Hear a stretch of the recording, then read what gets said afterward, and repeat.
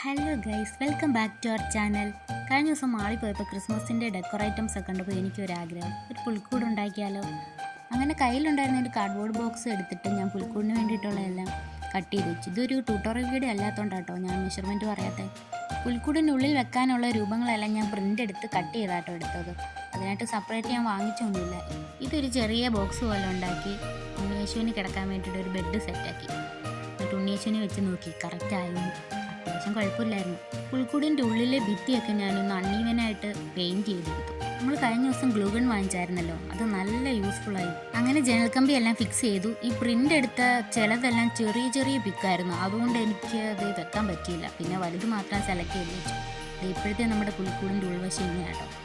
ഇനി പുൽക്കൂടിന് ആവശ്യമായിട്ട് കുറച്ച് ഡെക്കർ ഐറ്റംസ് വേണം. ക്രിസ്മസ് ട്രീ വേണം. ക്രിസ്മസ് ട്രീക്ക് ഞാൻ ഗ്രീൻ പേപ്പർ ഓർ ചാർട്ട് ഇവിടെ നോക്കിയപ്പോൾ നല്ല റേറ്റ് ആയിരുന്നു ഓൺലൈനിൽ. അന്ന് പോയപ്പോൾ വാങ്ങിക്കാനും മറന്നുപോയി. പിന്നെ ഞാൻ പേപ്പർ വെച്ച് അഡ്ജസ്റ്റ് ചെയ്തു. ഇത് നോട്ട്ബുക്കിൻ്റെ പേജസാണ് എടുത്തത്. ഇത് ഓരോരോ സ്ട്രിപ്പായിട്ട് എടുത്തിട്ട് ഞാൻ ഫെവിക്കോൾ വെച്ച് ഇതുപോലെ ഒരു ചാർട്ട് പേപ്പറോ അല്ലെങ്കിൽ കട്ടിയുള്ള ഏതെങ്കിലും പേപ്പർ വെച്ച് ഇതിൽ കോൺ പോലെ ഉണ്ടാക്കി. എന്നിട്ട് അതിൽ ഓരോന്നിങ്ങനെ ഒട്ടിച്ച് വന്നു. ക്രിസ്മസ് ട്രീ അലങ്കരിക്കാൻ വേണ്ടി എൻ്റെ ബർത്ത്ഡേക്ക് വെച്ചിരുന്ന ഡെക്കോറിലെ കുറച്ച് ഭാഗം ഞാൻ കട്ട് ചെയ്തു. ഈ ഒരു സ്റ്റാൻഡൂടെ ഞാൻ ഉണ്ടാക്കിയിരുന്നു കേട്ടോ. ക്രിസ്മസ് ട്രീ ഫുൾ വൈറ്റ് ആണ്ട് ഞാനതിന് ഗ്രീൻ പെയിൻറ്റ് അയച്ചായിരുന്നു. പിന്നെ ഒരു കുഞ്ഞ് സ്റ്റാറോടെ മേളിൽ വെച്ചു. ഇത് മുറ്റം സെറ്റാക്കുന്നതാണ്.